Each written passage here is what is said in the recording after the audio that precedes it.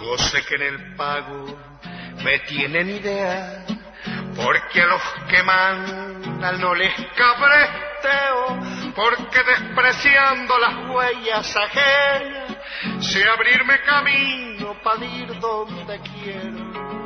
A partir de este momento usted sintoniza un programa que tratará temas del poder real. Ya queda con ustedes su conductor, doctor Gustavo Salle. Que soy duro de boca y no me asujeta ni un freno mulero, porque cuando tengo que cantar... Bueno, como dice la canción, cuando tengo que cantar verdades, no me callo. Y esta es la audición de las verdades, amigos. Buen día. Venimos con mucho ímpetu, mucha vehemencia en el día de hoy, porque, a ver, yo les quiero decir algo. Yo me recibí en el año 1982 y ya trabajaba en el Ministerio Público en 1980. Es decir que tengo prácticamente 35 años en la justicia. Son 35 años en la trinchera. Yo no soy ratón de biblioteca. Yo estoy en el juzgado, donde se pica carne pobre, con hedor fétido, ¿verdad? Por lo tanto, no me van a hablar de amores. Tengo las denuncias más importantes contra el poder político y económico. Por lo tanto, cuando hablo de justicia, hablo con fundamento. Y hoy traigo a un amigo que, por cierto, tiene mucho tiempo también en el Ministerio Público, en el ejercicio de la profesión, que tenemos un enfoque muy coincidente en los temas de justicia, que es el doctor Enrique Viana, fiscal civil de tercer turno. Fiscal civil porque obviamente no lo pueden poner en la justicia penal, porque si lo pusieran en la justicia penal, todo este sistema corrupto de el traidor, cuan inmoral, fraude amplio, terminaría preso. Yo lo dije hace mucho tiempo y lo voy a reiterar hoy bien claramente. El fraude amplio, por su esencia, que es inmoral, que es traidor, que es corrupto, necesitaba dar un golpe de estado técnico. Necesitaba tener a la justicia arrodillada. Bien clarito, ¿eh? Necesitaba tener a la justicia arrodillada, como está ahora. Justicia arrodillada. ¿Qué hizo entonces? Nombró, con la complicidad de los partidos del nuevo orden mundial, de los adulones de blancos, colorados e independientes, a un hombre del riñón del fraude amplio, a un militante del fraude amplio, que es el doctor Jorge Díaz. ¿Para qué? Para poder implantar en nuestro país la inmunda sistema de justicia yanqui, la inmunda justicia yanqui. La inmunda justicia yanqui ya tiene un plan piloto en el país. El plan piloto de la inmunda justicia inquisitorial fiscal yanqui es los juzgados de crimen organizado y las fiscalías de crimen organizado. Hoy, con el invalorable y enjundioso aporte del doctor Enrique Viana, vamos a efectuar una disección de lo que es el proceso penal piloto actual de crimen organizado y que será el futuro de la justicia uruguaya medieval, inquisitiva, fiscal. No crean que este es un tema menor para ustedes. Ustedes, como yo, están tan en el horno como todos los uruguayos. Por lo tanto, ustedes tienen que conocer en esencia qué es el horno que los va a cocinar, cuáles son los elementos técnicos de los mercenarios juristas que traen este proceso para cocinarlos a ustedes y consagrar la impunidad de los grandes. ¿Cuánto tiempo hace que María Julia Muñoz pasa por los juzgados y salva? ¿Cuánto tiempo hace que los pendrives se trancan cuando toca María Julia Muñoz? ¿O los temas de ACE se trancan cuando toca María Julia Muñoz? Sin embargo, marchan en cara una cantidad de seres humanos que no tienen la protección política que tiene la señora María Julia Muñoz, que no debería ser ministra, sino que tendría que estar dando cuenta ante la justicia. Bueno, ese es el tipo de justicia que se viene. Justicia selectiva, como la justicia yanqui. lo que se llama McDonaldización de la justicia, lo que seguramente Viana, en criterios, con criterio técnico, les va a ir explicando. Yo voy a hacer las intervenciones para popularizar el tema, es decir, para que ustedes lo vean cómo funciona en la trinchera. Porque una cosa es lo que diga Viana desde el punto de vista teórico y otra cosa es que lo teórico ustedes lo tengan con ejemplos prácticos de la trinchera, de la picadora de carne que es la justicia uruguaya. Hola Enrique, bienvenido. Buen día, Gustavo, gracias. Buen día. Bueno, se nos viene una reforma importante. Sí, la reforma ya está hecha en el está. texto de la ley, con el proyecto, con la ley que fue aprobada el año pasado, sobre fines del año pasado. Está en proceso todavía algunas instancias más, como esto de la transformación de las fiscalías en un servicio descentralizado, que es parte de esa. Yo vi que un diputado, creo que el diputado Abdala, Pablo Abdala, utiliza la expresión ingeniería jurídica, esa expresión que tantas veces hemos comentado contigo. Yo te voy a dar algunos titulares de a dónde vamos, hacia dónde vamos, porque hay muchas maneras de encarar este asunto y yo he hecho un análisis en función de los lugares desde donde se está copiando el modelo. Esto es una mala copia del proceso acusatorio, hasta criticado en esa expresión de llamarlo acusatorio por lo que veremos, pero del proceso acusatorio de origen sajón contra el proceso, lo que se llamaba el proceso continental, que era el proceso de origen europeo, inquisitivo, acusatorio, en la mayor parte de los casos, un proceso mixto, que es el proceso que tenemos nosotros desde 1830, reconocido en la Constitución. Permitime, sí. Amigos, Enrique Viana se ha quemado las pestañas estudiando este tema horas y horas. Por lo tanto, ustedes van a escuchar la síntesis, el resumen de un brutal trabajo de investigación, de derecho comparado. Él va a hablar seguramente del derecho de los autores colombianos, va a hablar de los autores publicistas peruanos, de los publicistas americanos. Pero yo hago esta interrupción para que sepan que esto es el fruto de muchas horas de estudio. Dale, Enrique. Sí. Sí, sobre todo lo que hicimos fue ir a buscar los modelos que se estaban tomando en la práctica. Nosotros sabemos que el modelo colombiano y el modelo chileno, como malas copias también de ese proceso sajón, digamos, de origen norteamericano, impuesto por el Departamento de Estado de Estados Unidos, eran los modelitos a los cuales se estaba concurriendo más cercanamente ahora. Luego de que muchos fiscales y jueces se fueron a entrenar en dependencias del Departamento de Estado de Estados Unidos, algunas dependencias incluso en Sudamérica, como caso de Perú, por ejemplo, ahora se iban a buscar ejemplos de aplicación, porque vamos a ser sinceros, el Uruguay es el único país que ha permanecido intocado, al menos en la parte teórica, en la parte de los hechos. Tú bien has adelantado algo, se ha producido un cambio, total, pero a esta nueva influencia, a esta especie de efecto dominó.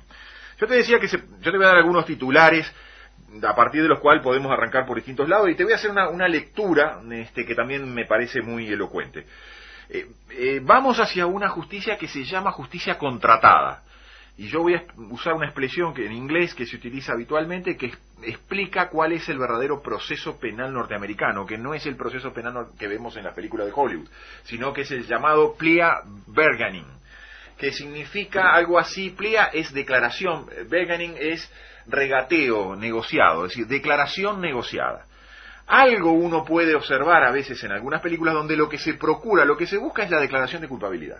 Y esa declaración de culpabilidad se genera a partir de un consenso, entre comillas, que veremos qué características tiene, que se verifica en sede administrativa, dentro de una seccional policial, dentro de una comisaría, de una dependencia policial, o en su caso en un lugar, recinto administrativo de la propia fiscalía, sin que haya un juez presente, sin que haya un juzgado actuante, ni mucho menos. Bueno, a eso vamos, a eso es lo que se llama justicia contratada, que tú ya adelantaste. Algún autor habla de McDonaldización de la justicia, algunos hablan de que la justicia se ha convertido en un mercado persa, donde hay distintos ofrecimientos. Es una justicia de mercado, hay quienes hablan de justicia de mercado, donde hay una especie de trueque mercantil de distintos bienes que no deberían jamás ser negociados. Esa es una forma de encararlo. Otra forma de encararlo es diciendo de que este proceso supuestamente acusatorio, supuestamente contradictorio, adversarial es la expresión que se usa, donde habría dos partes que casi en igualdad de condiciones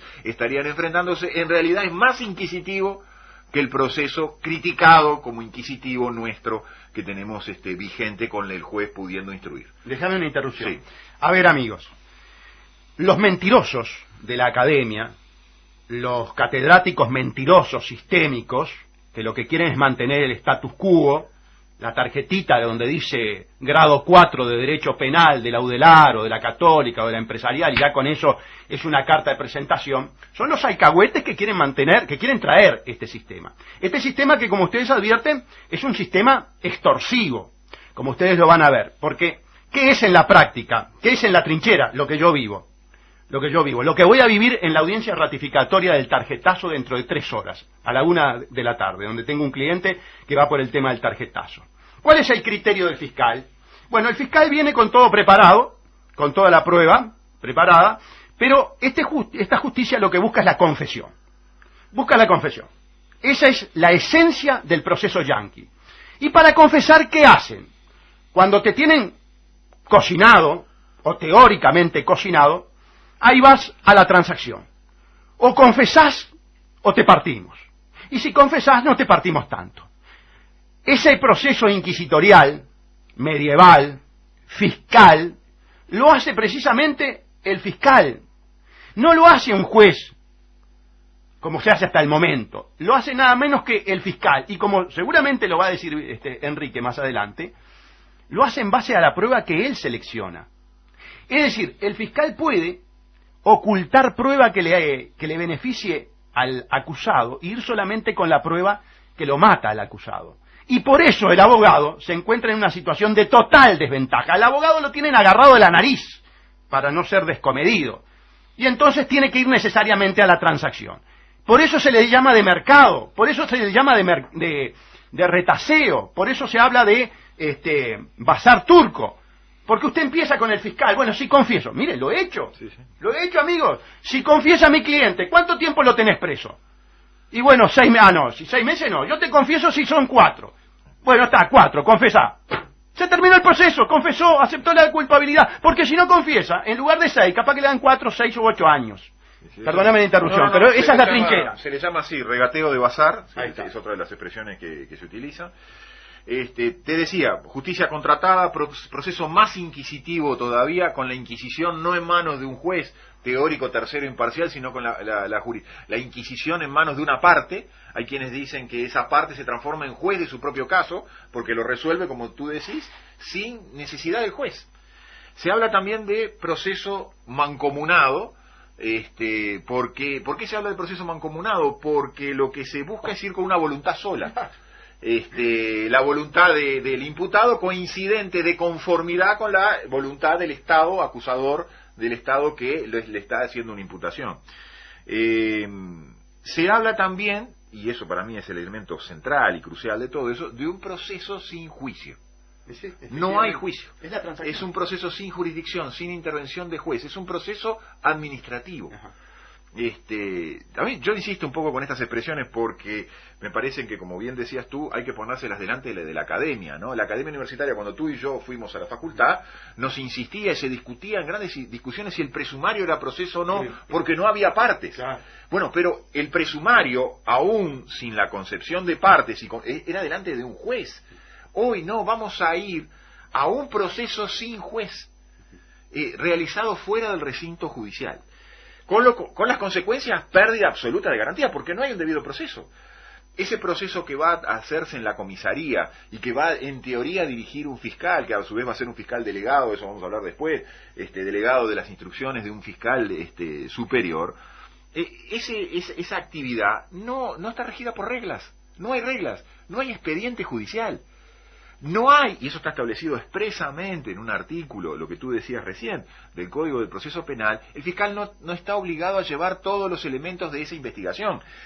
¿Qué quiero decir con esto? Que va a llevar solo aquellos en que haya intervenido el juez, una orden de allanamiento, una inspección ocular, pero después él va a seleccionar qué lleva y qué no lleva. Permíteme una interrupción. Amigos, el fiscal manda a interceptar el teléfono. Entonces el fiscal, después que tiene toda la interceptación, todas las conversaciones del investigado, supongamos que el investigado sea usted, el fiscal selecciona. Y selecciona qué parte. Y la parte que le conviene a él. Y las que le conviene a usted no la lleva. Y el abogado las puede llevar, pues si el abogado no tiene acceso a la interceptación, el abogado va pelado. El abogado va cocinado. Eso es lo que se quiere. Téngalo bien. Mire que estamos hablando de una situación que le va a afectar a usted, a su hijo, a su señora. Nadie está libre de ir a un juzgado. Ojo con decir, al juzgado van solamente los culpables. No. Al juzgado puede ir cualquiera, por cualquier motivo. Así que esto importa mucho. Vuelvo a repetir, el fiscal lleva la prueba que al fiscal le conviene, y la que no le conviene la deja. Y el juez no investiga, por lo tanto esa prueba queda para el costado. La prueba que no puede acceder, a la que no puede acceder el abogado, por no tener las potestades inquisitivas, intervención, allanamiento, interceptación, no cuentan, quedan para atrás. Por lo tanto, el justiciable va cocinado. ¿Por quién? Por el fiscal. ¿Y qué es el juez? Un homologador. Juez homologador. ¿Qué es el juez en el proceso acusatorio? Un florero. Sí, o un golfista, como se dijo en algún momento. El juez golfista, es decir, que tiene explica tiempo, que no trabaja. Sí, exactamente. Ahora que tú decís que no trabaja, mucho de este sistema que se está imponiendo busca lo que se llama la simplificación del proceso. Pero detrás de la simplificación del proceso es la ley del mínimo esfuerzo. Tú mencionaste correctamente el elemento de la confesión. Hay dos elementos que se utilizan en esta nueva modalidad de proceso que definen a la Inquisición, que definen la Inquisición de la Edad Media, sí. desde Juana de Arco hasta los días actuales. La Iglesia Católica, la tortura. Bueno, y los dos elementos son confesión, sí, señor, como única prueba, como prueba probatísima, como se utilizaba, y secreto. ¿El secreto dónde está? En lo que tú acabas de decir, Gustavo. El secreto está en que tú, como defensor o como imputado, desconoces lo que el otro tiene. Desconoces las cartas que tiene el otro, desconoces los conocimientos. Y muchas veces esos conocimientos favorecen tu inocencia y sin embargo el otro no los va a mostrar. No te los va a mostrar y no tiene obligación de mostrártelos. Ese mecanismo de secreto y de reserva tira por tierra el famoso eslogan de que vamos a un proceso garantista, oral y público.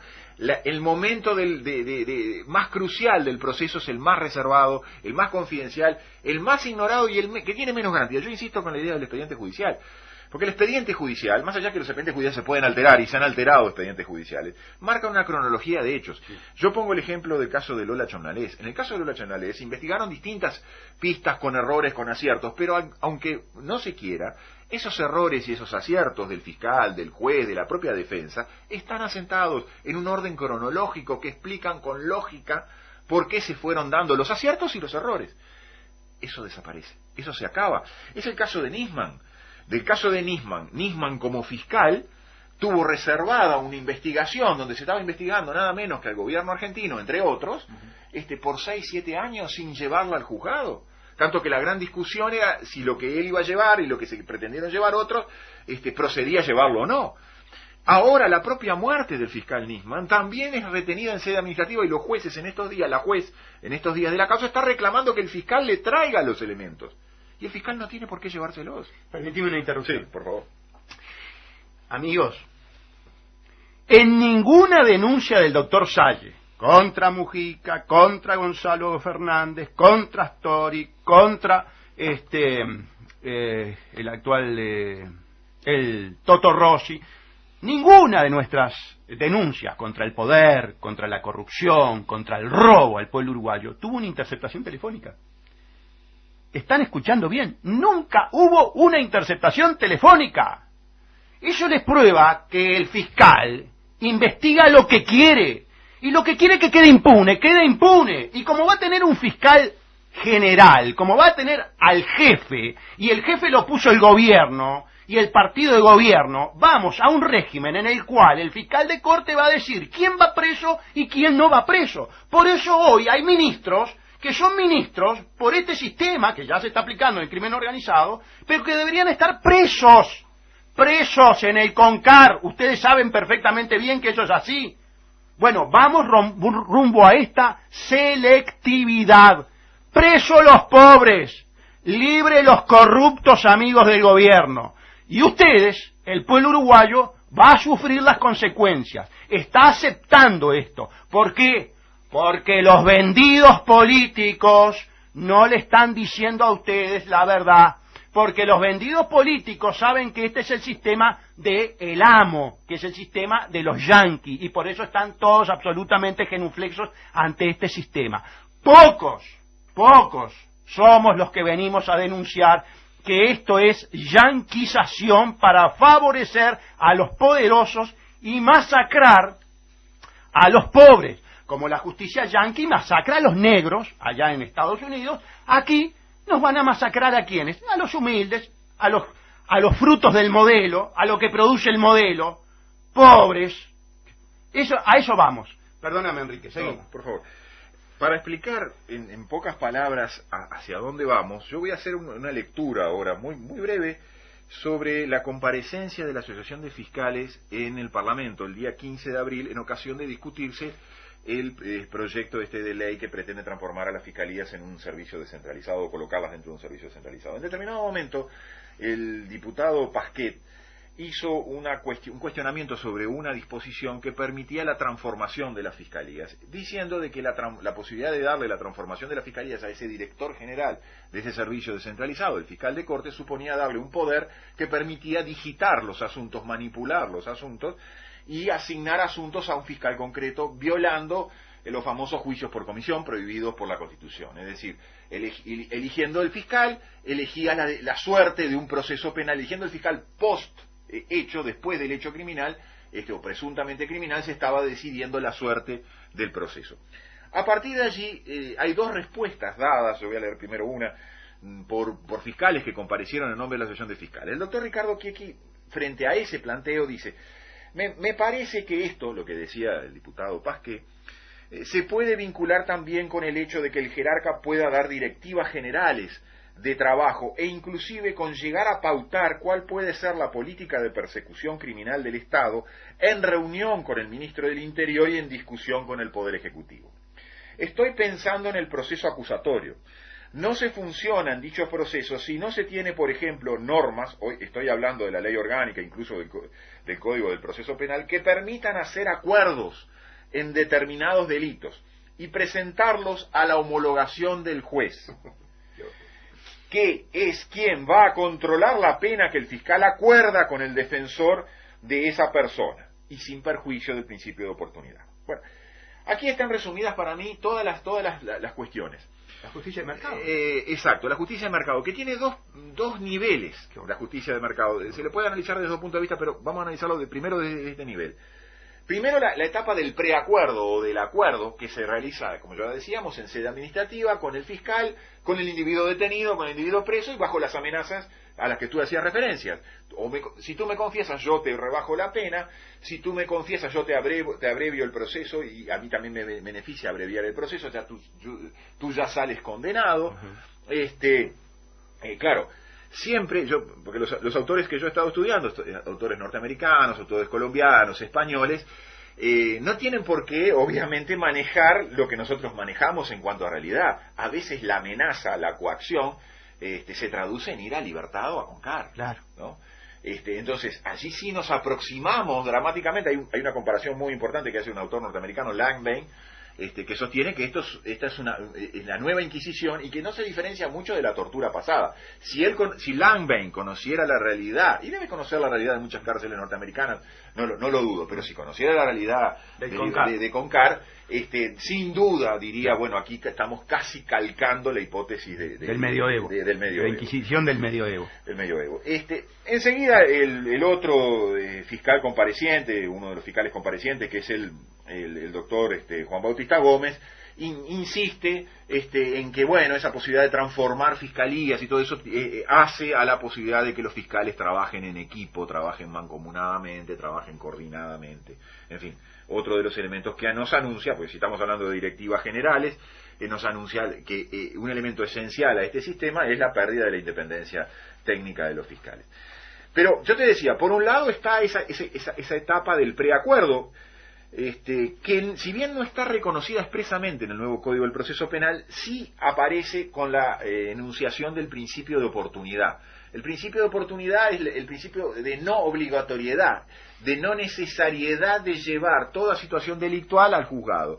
Eso es una discrecionalidad absoluta que se le da a los fiscales, o mejor dicho, es una discrecionalidad reglada, sometida a determinadas reglas, pero que en determinado momento le da la posibilidad al fiscal de decidir qué lleva y qué no lleva al juez. Para Enrique, porque yo quiero poner un ejemplo. ¿Qué es esto? Esto es darle la potestad al fiscal de enterrar las investigaciones que el jefe le pide que entierre y llevar adelante y meter preso las investigaciones que el jefe quiere que se lleven adelante y el individuo vaya preso. Esto es el golpe de Estado. Aquí está la esencia. Por ejemplo, encajono los expedientes de María Julia, encajono los expedientes de Danilo, encajono los expedientes de Gonzalito, encajono los de José Mujica y encajono esas denuncias inconvenientes para el gobierno y le doy curso inclusive a investigaciones con carácter, si se quiere, extorsivos. Permitime una anécdota. Yo defiendo a un cliente, ya hablé de ella, pero lo voy a repetir, que se le imputa lavado de dinero por tráfico de armas. En el año 2010 vendió 2 pistolas podridas a Brasil con algunos cartuchos. La justicia lo investiga desde el 2010 a la fecha, o sea, 2015, 5 años con interceptación, con todo tipo de pruebas, buscando pruebas. No pudieron confirmar absolutamente nada, no juntaron una sola prueba más. En el interín se había pedido el archivo de ese expediente. En el 2015, cuando el individuo reclama que se le devuelvan 2 vehículos incautados en el 2010, la policía de Rivera trae nuevamente el caso al juzgado del crimen organizado y crimen organizado lo procesa por lavado de dinero con la prueba del 2010, prueba inclusive que incluye documentación brasilera no debidamente traducida e interceptaciones en portuñol tampoco traducidas. Sin embargo, el individuo está preso. Nosotros tenemos todo apelado, pero hace 6 meses que está en el penal de libertad. Este es el sistema al cual vamos. Esto es lo que está describiendo Enrique del punto de vista teórico y yo se los estoy mostrando del punto de vista práctico. Lo que puede pasar en la realidad con cualquier ciudadano. Federico me pide que vayamos a la pausa. Vamos y retornamos con Enrique.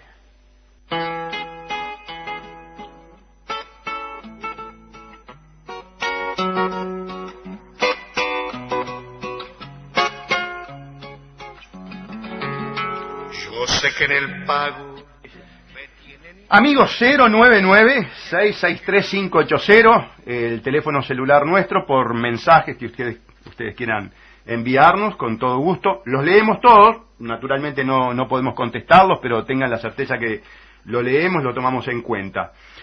Seguimos, Enrique. Sí, no, te decía que la hipótesis del preacuerdo, si bien uno busca en todo el código y no encuentra la expresión acuerdo ni preacuerdo, está prevista en función de ese principio de oportunidad, que se le llama, de no obligatoriedad de actuación frente a un delito, de puesta en conocimiento del juez, que es, y lo dicen todos los autores extranjeros, en una crítica furibunda, es ignorar el principio de legalidad. Claro. Es decir, hacer desaparecer el principio de legalidad en materia penal. Aquel que decía que no hay crimen sin ley ni pena sin ley que lo establezca. Exactamente. Y también hacer desaparecer el principio de legalidad del proceso penal. Es decir, por lo que decíamos, en esa actuación que es discrecional absolutamente del fiscal, no hay proceso, no hay etapas regladas y sometidas a derechos. Por eso es que los autores hablan, nada menos que Luigi Ferraggioli, hablan de proceso perverso. No, yo quiero decirles algo, amigos. Si los grandes procesalistas penales del país, tipo Arlas, por ejemplo, se levantaran de la tumba y vieran esta transformación, lisa y llanamente agarran una gilet o un cuchillo afilado y se cortan las venas, ¿verdad? Sí, las venas, porque honestamente esto es un atropello a todo lo que refiere a las garantías del debido proceso. Hay quienes hablan de que es, y a ti no te va a llamar la atención esta idea, pero hablan de una privatización del proceso. Sin duda. En función de un proceso de mercado, en función de que se destruye el derecho público en la medida de que el principio de legalidad se borra, en función que se abre a esa capacidad de discrecionalidad de actuación. Y hay una cita que voy a hacer otra lectura de un autor, vamos a ver, un autor colombiano, magistrado y catedrático tratadista colombiano, Fernando Tocora, que él explica la motivación de esto. Quizás debíamos haber empezado por esto, pero viene bien en este momento en el intercambio este. Dice, se soslayan estas consideraciones movimientos de fondo en el escenario mundial globalizador en el que la transferencia de capitales, mercancías y servicios requieren de mayor protección legal que la limitada capacidad de las jurisdicciones nacionales, y que haya una cierta uniformización de las reglas de juego procedimentales, siguiendo los parámetros del principio mentor de la globalización. Se exige ahora que los criterios de celeridad y eficacia predominen en la resolución de los conflictos, entre los que incluyen los conflictos derivados de la violación de tratados comerciales propios de la globalización, llamados de libre comercio, que no son tan libres ante la disparidad de los miembros y las políticas de subsidios de productos agrícolas por parte de los países centrales. Eventualmente, esos conflictos pueden ingresar en la órbita penal, en virtud de malversaciones o manejos desviados de los fondos de las transnacionales y de las empresas locales que están adquiriendo dentro de la política neoliberal privatizadora, para lo cual desde tiempo atrás impartió la consigna mundial de crear estatutos especiales anticorrupción. Normas sustantivas estas que requieren correlativamente de unos procedimientos expeditos y seguros para su concepción. Este es un penalista que está en un trabajo que se llama La Reforma Procesal Penal en Latinoamérica. Es decir, fíjate tú cómo vincula todos los temas en este párrafo, habla de uniformización y enseña cuál es la motivación de esa uniformización. Amigos, a ver, estamos bajo el régimen de la cleptocorporatocracia. Es decir, estamos esclavizados por un conjunto de corporaciones ladronas. Las corporaciones saben que son ladronas, las corporaciones saben que son coimeras. Por lo tanto, tienen que tener un sistema dominado para que puedan hacer esas coimas, para que puedan hacer esas exacciones a los pueblos con garantía de impunidad. Por eso se elimina el principio de legalidad. Por eso hay una suerte de privatización de la justicia. ¿Por qué es una privatización de la justicia? Porque queda en manos de un poder ejecutivo, y ese poder ejecutivo es un poder ejecutivo que está al servicio de las corporaciones, es un poder ejecutivo privatizado. Entonces ellos saben que dándole fuerza al poder ejecutivo y restándosela al poder judicial, aseguran el nicho de impunidad. Esta es la justicia de la corporatocracia, esta es la justicia imperial, esta es la justicia esclavizante. Aquí estamos resumiendo, sintetizando el por qué es la justicia esclavizante. Bueno, adelante. Hablábamos de ese principio de oportunidad con todas estas significaciones que tienen. Importantísimo, ¿no? Eliminación exacto. del principio de legalidad. Exacto. Destrucción del derecho penal como derecho público. Exacto. Privatización del derecho penal. Exacto. Hay quienes hablan de que aquí se va a un elemento, entre comillas, de soberanía del consumidor. Va a haber una justicia según el consumidor. A eso vamos a ir ahora enseguida. Tú ya algo adelantaste, lo de la justicia para pobres. La institucionalización de la justicia para pobres es la justicia para ricos. El otro elemento es un elemento formal que se adelantaba en esta lectura que hacía yo de la comparecencia de la Asociación de Fiscales. Es el juicio extraordinario. El juicio abreviado se llama a nivel internacional. En el Código del Proceso Penal, en el artículo 272, en el nuevo código está previsto. Es el juicio extraordinario, que es, en definitiva, la homologación. Es decir, no nos confundamos con la expresión de juicio o proceso extraordinario. Es la homologación del acuerdo. Es la homologación ante el juez. Es ese juez que lo único que va a tener en cuenta son los elementos que expone el fiscal ante el cual lo único que se presta es la conformidad. Porque si no hay conformidad de la defensa, no se sigue este proceso. Con lo cual, nos están diciendo, este proceso es para homologar el acuerdo. no tiene sentido si no hay un acuerdo previo, un acuerdo no desarrollado ante el juez, porque el juez no puede tener intervención sobre ese acuerdo. A lo sumo el juez podrá revisar alguna cosa cuando se archiva o se clausura algún procedimiento.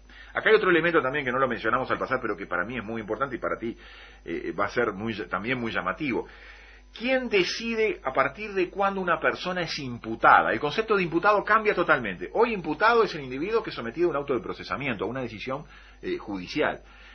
A partir de este nuevo código, imputado es todo aquel que el fiscal dice que está investigando como presunto autor de un delito. Es el fiscal que decide la calidad de imputado.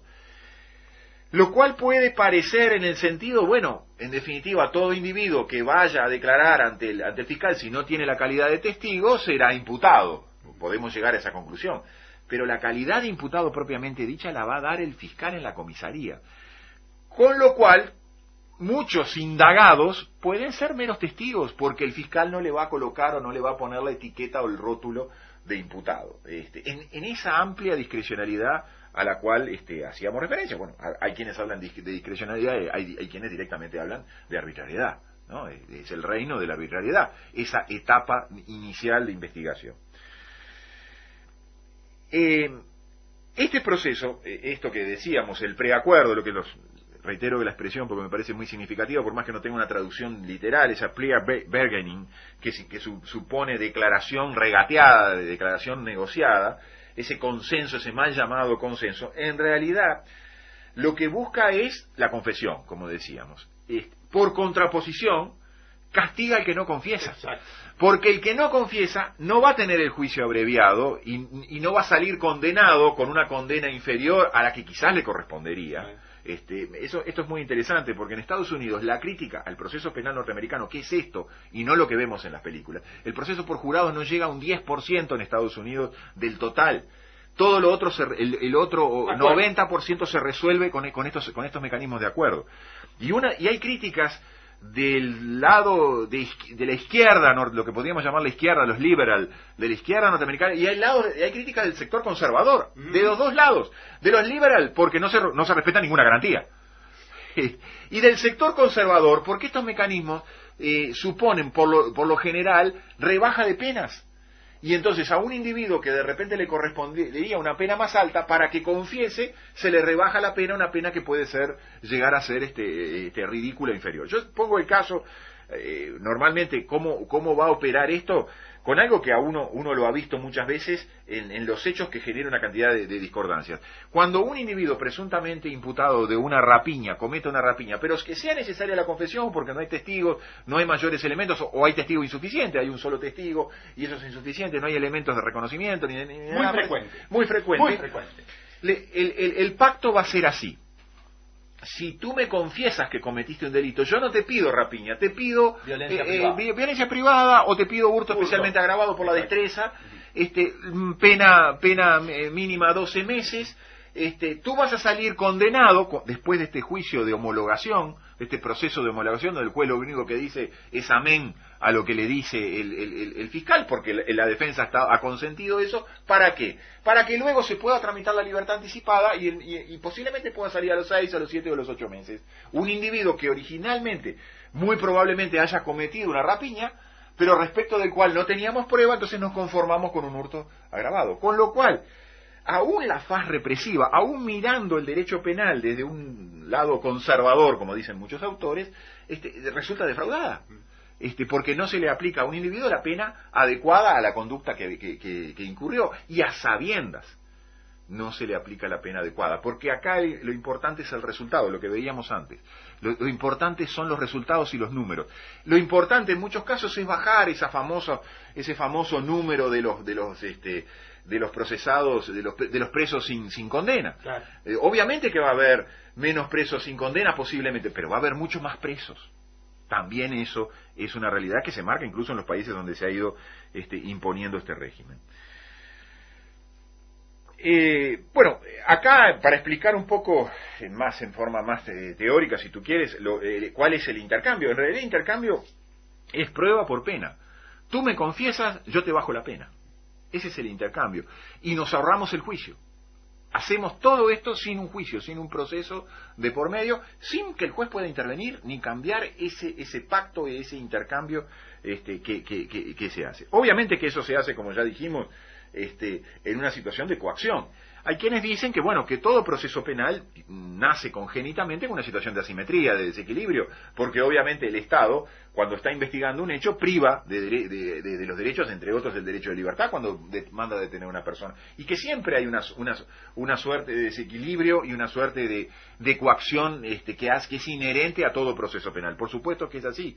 El problema es cuando se pretende obtener una voluntad, y esa voluntad de confesión supone que el individuo pierda todas las garantías. Entre otras de las garantías que pierde el individuo es la garantía de tener un debido proceso o un juicio de por medio. Hay mucho, una última cosa, Gustavo, sí. Hay mucho de esto desde el punto de vista de la academia, ¿no? Yo he criticado muy fuertemente a la academia en este sentido y ha habido alguna reacción.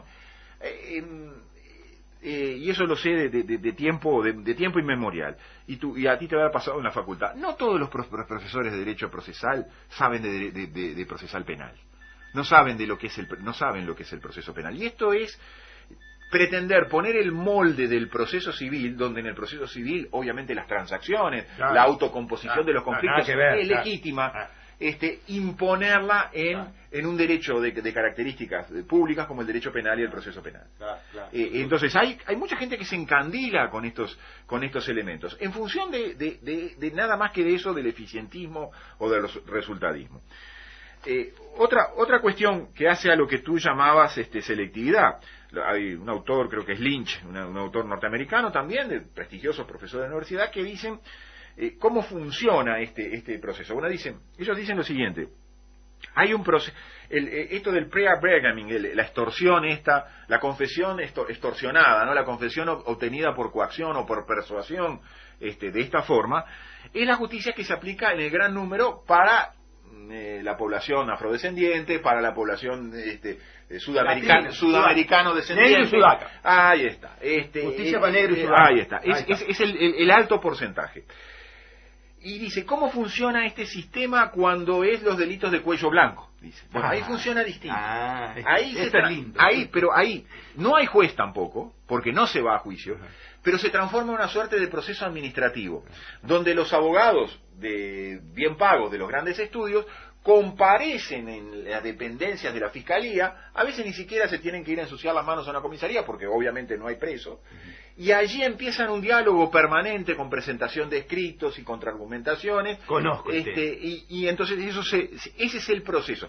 Ellos dicen, en ese caso el proceso no es en dependencias policiales, no es con lo que yo vengo sosteniendo que vamos a ir a un proceso comisarial, sino que es un proceso donde el coqueteo, digamos, se desarrolla entre la fiscalía y el estudio jurídico en una fase meramente administrativa, y donde se pacta también y se llegan a determinados arreglos.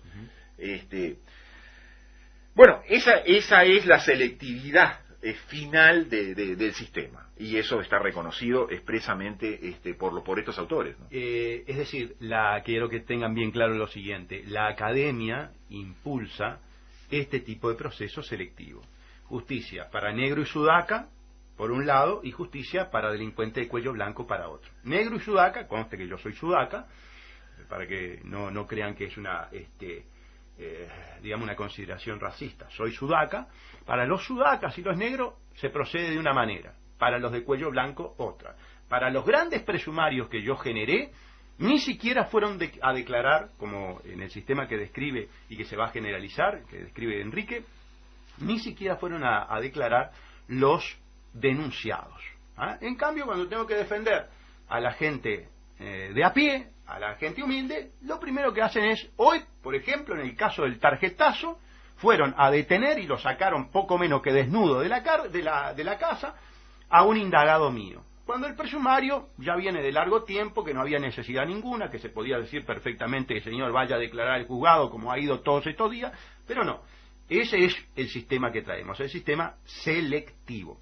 Yo quería, y en estos minutos que nos quedan, Enrique, referirnos a la parte institucional, porque esto viene acompañado de la ley del Ministerio Público. Correcto. Esto viene acompañado de un nuevo tipo de fiscales. Inclusive están dando carretera a todas las fiscales veteranas, ¿verdad? Las están volando a todas muy conocidas mías, algunas fueron hasta jerarcas mías, y viene la nueva camada, viene la camada que está totalmente concientizada para cumplir este rol. Es decir, el doctor Díaz se deshizo de las viejas y trajo a las jovencitas ya con el cerebro carcomido por los agentes de la DEA, de la CIA, de la Law Enforcement Agency, es decir, de los yanquis, para ser fiscales colonialistas, los fiscales de la colonia.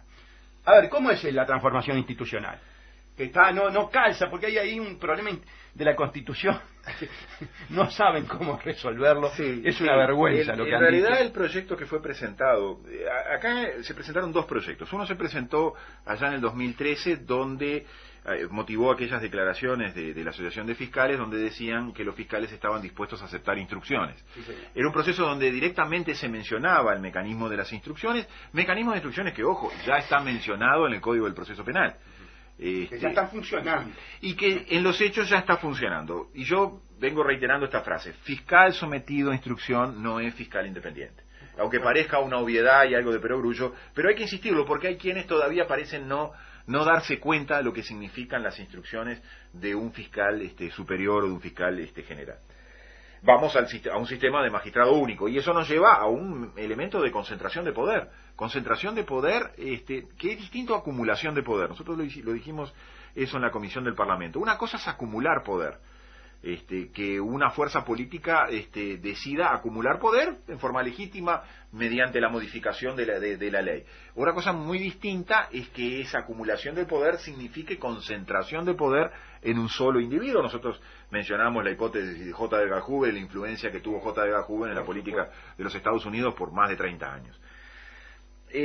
Tú me decías entonces, este segundo proyecto que acaba de ser presentado, que ahora salió de la Comisión de Constitución y Códigos de la Cámara de Diputados, fue bastante modificado en ocasión de la discusión. Y no es porque me enorgullezca decirlo, todo lo contrario. A partir de la comparecencia nuestra y de haber marcado una serie de errores, nosotros sostenemos la inconstitucionalidad absoluta del proyecto, creemos que las fiscalías no pueden ser colocadas en un servicio descentralizado, y uno de los tantísimos elementos que así lo indican son dos artículos de la Constitución que dicen que el servicio descentralizado, el directorio del servicio descentralizado, está sometido a una serie de prerrogativas del Poder Ejecutivo, que puede observar los actos, puede hacer remociones, puede establecer observaciones, puede rectificar y puede hasta destituir, con un proceso bastante sencillo, al directorio de ese organismo, en función de que no cumpla con las directivas, a su vez de que el Poder Ejecutivo le imparte. Yo pongo un ejemplo muy sencillo, Gustavo. Sí. Creo que la gente lo va a entender mucho más, porque cuando hablamos de servicio centralizado, yo a veces digo, ¿qué independencia tiene hoy el presidente de ANCAP, un ente autónomo, de las directivas del Ministerio de Economía y Finanzas? Sí. Bueno, cuando vayamos a un servicio, a las fiscalías como un servicio descentralizado, que algunos lo presentan como la figura deseada para obtener mayor autonomía, yo le digo, no va a tener más autonomía de la que tiene cualquier directorio de ente autónomo con cierta relevancia, llámese ANCAP, llámese OCE, llámese UTE, llámese Banco República o Banco Central, de la influencia que tiene el Poder Ejecutivo. Claro. Entonces, a no creer en esa fantasía. Pero hay dos artículos de la Constitución que realmente nos dicen que en ese envase a la Fiscalía no lo podés colocar. Permitime una interrupción. Sí. Los dos artículos que va a leer el doctor Viana me recuerdan el cuento de la Cenicienta, cuando pierde el zapatito. El zapatito de la Cenicienta sería 32, cuando mucho. El zapato de las fiscalías es talle 42. Entonces, los autores del proyecto y los legisladores quieren meter la pata del Ministerio Público, que es de 42, en el zapatito de la Cenicienta, que es 32. Entonces, ¿qué hacen estos individuos? Agarran un hacha y cortan, ¿verdad? Cortan la pata del Ministerio Público, cortan la Constitución, que vendría a ser precisamente las medidas que deben respetarse, la cortan a hachazos y así meten el zapatito. Ustedes van a ver cuál es la solución que dan legisladores y catedráticos de nuestro país frente al hecho de que imposible que pueda adaptarse a ese sistema, a ese envase por imperio de la Constitución, por imperio de los artículos que se van a leer. Esto es agarrar a hachazos, entonces, el pie y meterlo en el zapatito de la Cenicienta. A ver cómo le digo. Tú sos muy romántico, Gustavo, y el Sí. ejemplo que citaste es bastante romántico. Yo hablaba de querer colocar en una esfera aquello de los jueguitos de encastrar, ¿no? De querer colocar un prisma dentro de una figura que solo acepta un cilindro o viceversa. Pero bueno, el romanticismo bienvenido sea. En efecto, las soluciones que se manejaron frente a esa imposibilidad jurídica, imposibilidad constitucional, de colocar en un envase algo que la Constitución no quiere que esté allí, porque la Constitución dice que los fiscales tienen que estar dentro del Poder Ejecutivo.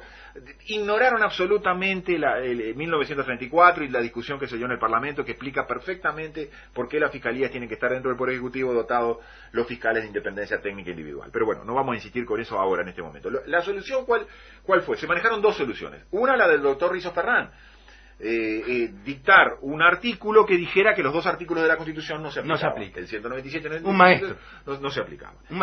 Yo les quiero decir que es constitucionalista, está todo el día con la Constitución. Entonces cuando algo no se acomodó dijo, no le damos pelota a la Constitución. Eso fue rechazado hasta por un informe de dos abogados, la doctora Scaglione y el doctor Pío, que dijeron que eso era inconstitucional, y bueno, casi todo el mundo estuvo de acuerdo que eso era inconstitucional.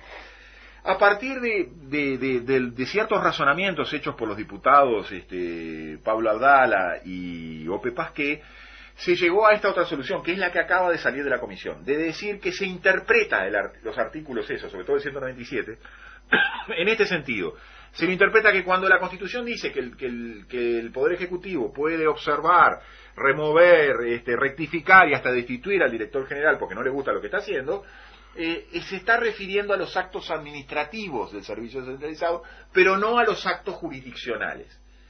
Claro, cuando hablamos de servicio descentralizado, a nadie se le ocurrió que iba a haber un servicio descentralizado que iba a ser actos jurisdiccionales, pero donde la Constitución no distingue, no puede distinguir el intérprete. O sea que yo creo que es tan inconstitucional esta solución como la que mencionábamos anteriormente. Pero ¿ustedes entienden lo que están haciendo los legisladores nuestros? ¿Ustedes entienden las burradas, la irrespetuosidad, las barbaridades que están haciendo estos tipos? ¿Ustedes se dan cuenta que agarran la Constitución, toman la Constitución, cogen la Constitución, como diría un español, y le hacen cualquier cosa? Le hacen decir a la Constitución lo que la Constitución no dice. Distinguen donde el constituyente no iba a distinguir porque no estaba pensando en eso. Pero son unos reverendos atrevidos. Hacen de la Constitución un chicle. Este proyecto es inconstitucional. Y el que les complicó, el que les enchastró la cosa bien enchastrada, fue Rizo Ferrán con el disparate que dijo. Porque Rizo Ferrán fue y dijo, no hay forma de que esto encastre, no hay forma de respetar la Constitución metiendo la Fiscalía en un servicio descentralizado. Porque tengo el 197 y el 198. Entonces, ¿saben lo que le dijo Rizo Ferrán? Vamos a hacer lo siguiente, nos metemos el 197 y el 198 en el bolsillo, por no decir otra cosa, que la debiera decir para que quedara bien claro. Eso no es un constitucionalista y eso no son legisladores, eso es cualquier cosa. Eso es el imperio del caos, hacen lo que le cantan. Esa arbitrariedad, esas son las burradas que estamos viviendo con este sistema político implantado por el fraude amplio. La política por encima de lo jurídico, me pasa lo jurídico, ya saben por dónde. Eso es la herencia que está dejando este maldito fraude amplio y sus cómplices. Y sus alcahuetes, porque blancos y colorados son cómplices alcahuetes de estos atropellos a la Constitución. Bueno, está también las declaraciones de Pablo Iturralde. La de Pablo Iturralde, no sé. Ya no, pará, me quedan 3 minutos, Fede, déjame. Resulta que, claro, Pablo Iturralde pasó por la facultad, igual que yo, fuimos compañeros, y se da cuenta que no hay tutía, que es inconstitucional. Entonces, ¿qué dice Pablo Iturralde? Como va a haber una modificación de la Constitución, porque en una parte él pone diciendo lo siguiente. A ver qué se me... Acá. Creo que es necesaria una modificación en el Estatuto General de la Fiscalía en tanto a su ubicación institucional. A mi modo de ver, esto va a servir, pero serán normas provisorias ya que muchas de ellas requieren reforma constitucional. Pablo, no puede haber normas provisorias que violen la Constitución, Pablo, porque son inconstitucionales. Y si vos estás diciendo que son provisoriamente inconstitucionales, vos estás diciendo que la podés violar por un rato a la Constitución. ¿Te podés llevar a la Constitución para tu dormitorio en un rato y después largarla? No, Pablo, eso no es así con la Constitución. No te la podés llevar para el dormitorio un rato y después largarla. A la Constitución no se le puede violar, Pablo. Si no, se va al Estado de Derecho por el caño, Pablo, no seas malo. Bueno, esos son nuestros legisladores. Eso es nuestra academia, amigos. Eso es Uruguay del siglo XXI.